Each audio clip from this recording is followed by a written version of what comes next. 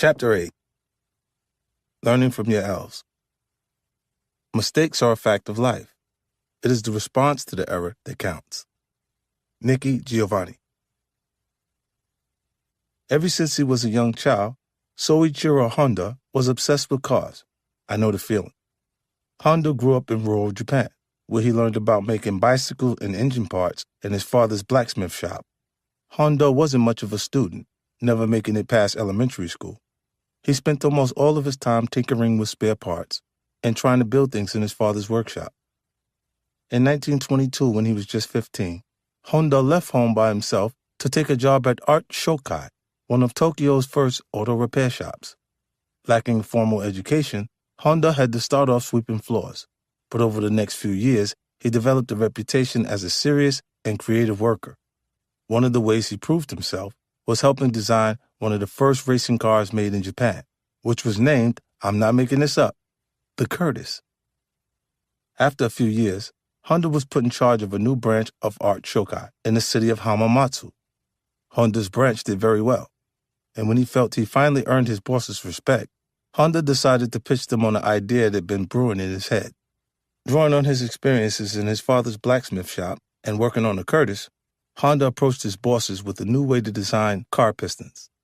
Their feedback was negative. They told him his idea wouldn't work and refused to support him.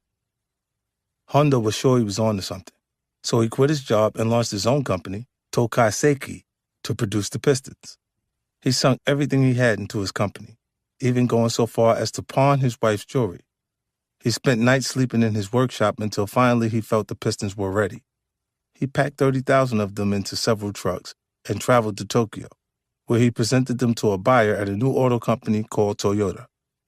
The buyer looked over the pistons and then delivered some bad news. Honda's design was substandard. After reviewing the pistons, Toyota decided that only 3 out of the entire batch were up to standard. They refused the shipment. Honda was in an extremely tough spot. He'd sunk all his money into making his own pistons, and they'd just been declared worthless. Most people in his situation would have cut their losses and closed up shop. Not Honda. Instead of walking away, he decided to take a hard look at what had gone wrong. If his pistons were being declared DOA, he was going to perform his own autopsy on them before he gave up his dream. When Honda reviewed his design, he was able to identify where he'd screwed up. He relied too heavily on his first-hand experience in his father's shop and later at Art Shokai. He hadn't spent enough time actually studying the engineering theory behind his design. Passion wouldn't be enough. He'd need education too. Instead of shutting his company down, Honda committed himself to becoming more educated about both design and manufacturing. He spent the next several years traveling around Japan, taking engineering classes and visiting steel factories, trying to soak up as much new information as he could. After years of study and observation, Honda felt ready to go back to the drawing board. This time he was able to overcome the design and manufacturing issues that had tripped him up and produced a batch of working pistons. It won him a new contract with Toyota. Honda's difficult times weren't over, though. In 1944, toward the end of World War II, one of his piston factories was destroyed in an American bombing raid. Then only a year later, a massive earthquake destroyed another of his factories. Having 2 factories destroyed in 2 years would have been the final straw for most people. Even the most hardened hustler might not be able to get back up from that. But Honda still refused to stay down. He sold what was left of his company to Toyota for just 450,000 yen. With the proceeds of that sale, he set up a new company, which he called the Honda Technical Research Institute. That company, known as Honda for short, would go on to become one of the most profitable car manufacturers of all time. Honda himself would become internationally known as the Henry Ford of Japan and would be credited as one of the most innovative businessmen of the 20th century. When asked towards the end of his life what had been the most important lesson of his journey, Honda pointed out the moment he delivered the flawed pistons to Toyota. He had failed, but his determination to learn from his failure transformed him into a much more potent entrepreneur. Many people dream of success. To me, success can only be achieved through repeated failure and introspection, Honda said. In fact, success represents 1% of your work, which results only from the 99%, which is called failure. Soichiro Honda's story really connects with me. I know how hard it was to accomplish what he did. A lot of people have great ideas. Only a small percentage of them have the passion and work ethic to actually follow through and put them into motion. Of that select second group, every single one of them will still make a mistake or experience some sort of failure during the struggle to bring that idea to fruition. How that person responds to their failure is going to determine the outcome of their journey. Or they're going to let it kill their passion.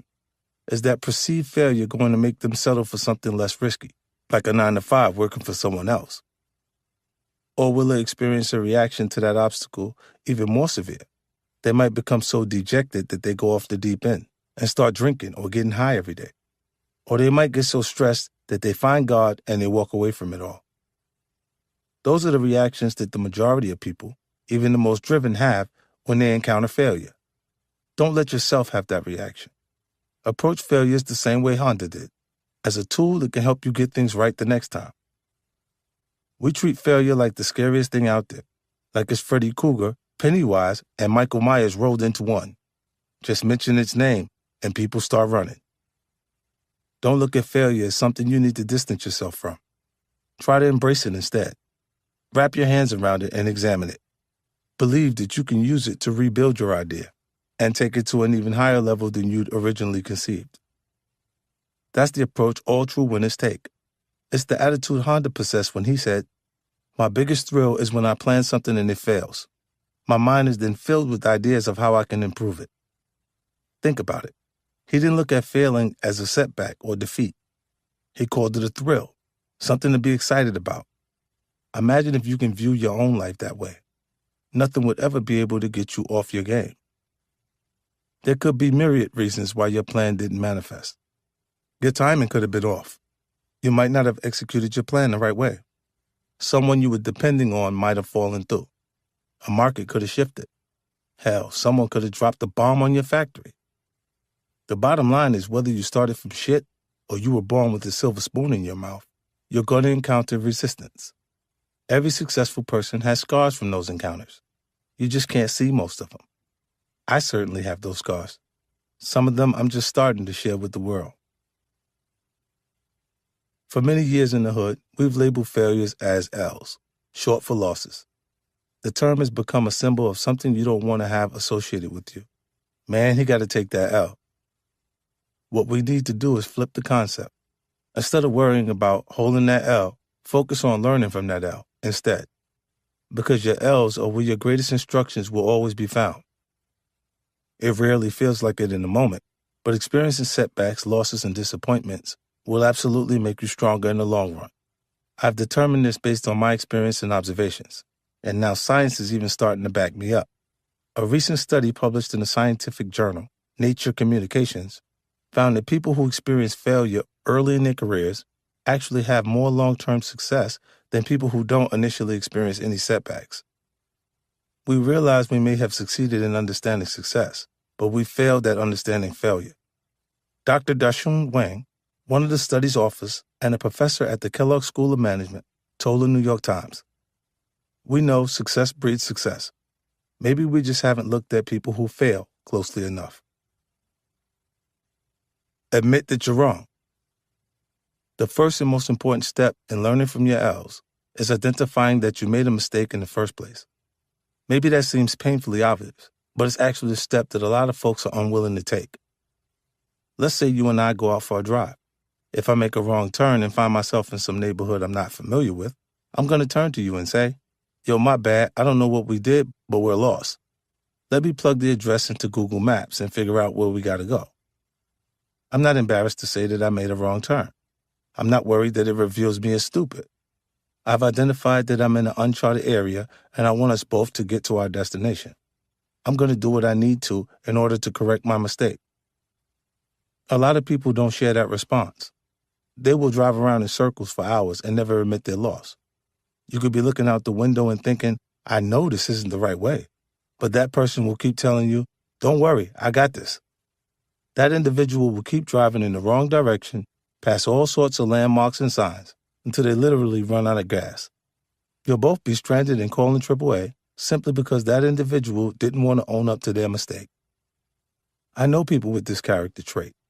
I've literally been in a car with people who drive for an hour in the wrong direction just because they don't want to admit their loss. Try telling them that, and they'll become even more adamant about not turning around. It's very difficult to learn from your mistakes if you have a bunch of yes men or women surrounding you. This is why it's very important that your friends and associates feel like they have the freedom to offer constructive criticism, to tell you about yourself a bit. That is why you never want to be a boss or a leader that screams at or intimidates people under you. Doing that might make you feel powerful in the moment, but it will cost you dearly in the long run. Floyd Mayweather is a person I observed doing this. He has a guy working for him, let's call him Bobby out of respect, who he constantly belittles in front of everyone. Floyd is generally respectful towards the people who work for him, but he says crazy shit to Bobby. Something relatively minor will come up, and Floyd will cuss him out. "What the fuck, Bobby?" he'll yell for everyone to hear. "What the hell is wrong with you? Get that shit right." Bobby would just mutter, "My bad, champ," before slinking off to fix whatever is allegedly wrong. The two of them are trapped in a dysfunctional relationship. Floyd never fires Bobby, and Bobby never quits. They both just stay locked into a pattern of Floyd embarrassing Bobby and Bobby just taking it. The issue is while Floyd may only be addressing Bobby, everyone else hears him. They register that even though Floyd claims to be mad, he never really does anything about it. That tells the other employees that Floyd doesn't actually care about performance or productivity. He just wants that whooping boy around. I better keep my eyes down and focus on what's in front of me, because I don't want to get treated like Bobby. That's how they'll start thinking. And I damn sure won't tell Floyd when I think he's making a mistake. That's the absolute worst attitude your employees could have. Walking around on eggshells and hoping that they're not your next verbal victim. You want them to feel respected, to feel free to offer opinions and insight. You have to remember they're around you every day and see things you might miss, which means that they might be able to identify certain mistakes before you do. Empower them to express those opinions to you. If you could promote dialogue and encourage feedback, you might gain some valuable information that could help you avoid obstacles before you hit them yourself. On the other side of the coin, if you happen to be that employee who's screamed at all the time, you need to do some self-evaluation. Look in the mirror and ask yourself, why did I get singled out for this role? You didn't apply for the position of whooping boy, but that's the position you found yourself in. A quick note on the term whipping boy. You might think it comes from slavery, but it actually refers to a practice with young princes in Renaissance Europe. If the prince failed the test, his tutor wasn't allowed to whip him, which was the punishment back then. You couldn't put your hands on the prince, so the tutor would whip the prince's servant or whipping boy for his mistake instead. Now that's a shitty job. You'd have to ask yourself, how you get there? What sort of energy did you project to your boss that told them you're the one they can be most comfortable yelling at? Did you come off as someone who seemed timid and wouldn't push back? Or did you register as the type of person who would be looking for a confrontation? Remember, a lot of folks, even if they're not conscious of it, seek out people they can have drama with. Whatever sort of energy you're able to identify, you need to change it. Try projecting a more strong-willed or less acquiescent energy, depending on the situation. If you don't notice a change in your boss's attitude in 30 days, that's when you start looking for a new job. Once you've been cast in the role of the whipping boy or girl, it's very hard to rebrand yourself. It's not like Floyd is going to start treating Bobby differently and then promote him to a better position.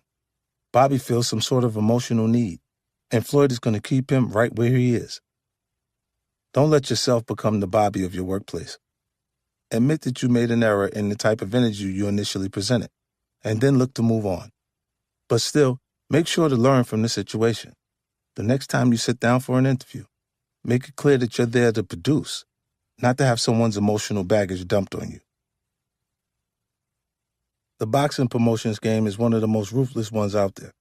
I was in it for a while and can attest that it's as cutthroat as hip-hop or even drugs. Take a look at Mike Tyson. He's not the type of guy you take money from. Mike is the furthest thing from a sucker, but even he got taken by Don King. It's just very hard to avoid as a fighter. Boxing isn't like other professional sports, where there's a league overseeing the business side of things. If you're an NBA rookie and hire a crappy agent, you're still going to get paid. Same with the NFL. The league puts all sorts of provisions in place. Rookie contract sales, minimum salaries, etc., to essentially protect you from yourself. Not to mention they tell you who to play and when to play them. They don't leave any of the thinking and planning to you. You just got to show up and play. Boxing doesn't provide that sort of infrastructure. You're essentially an independent contractor, and it's on you to make the deals happen, to determine who you're going to fight and win, and for how much. For guys who usually don't have much in the way of business experience, that's a lot to consider. It's not that boxers are dumb. Fighting requires a tremendous amount of mental focus. You could take a few plays off in basketball, or jog a couple of routes in football, but take even a half second off in boxing, and you're liable to get knocked the hell out. Boxers have to pour everything they have into what happens in the ring. They just don't have the bandwidth to focus on the details with the same intensity outside of it. They feel like they need someone else to orchestrate the business for them. And this is why people like Don King and Bob Arum have such an easy time stepping into that void. Boxing is the only sport where the lions become afraid of mice. Fighters earn the money, but they don't trust themselves to get the deal done, even if that's how they present themselves publicly. They depend almost completely on someone else to figure out the money. One time, Floyd asked me to go to a meeting with him with a company that wanted to start a boxing equipment line for him. They were going to put his name on gloves, cups, boxing shorts, and other gear and sell them in outlets like Walmart. It was a very professional presentation, and the whole time Floyd seemed engaged. He gave the company's executives positive affirmations when they addressed him, and he asked small questions from time to time. But when we got back into his car after the meeting, he turned to me and asked, "Yo, Five, what them people was talking about?" It struck me that even though he seemed to be concentrating and staying engaged, he didn't trust that he'd understood what he heard. He needed someone he trusted to confirm the information for him. It was safe to ask me because we were friends at the time. He could trust me not to try and steer him in the wrong direction, or try to slice off too big a piece of the deal myself. I had my own money and didn't need to eat off my friend. Most people aren't in my situation, and most people aren't his friend. That means that almost every other time Floyd walked into a meeting, he was dependent on someone else to confirm what he heard. That's an extremely dangerous position to put yourself in.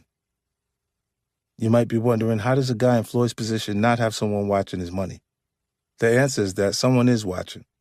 It's just that it's in that person's best interest to watch the money go away.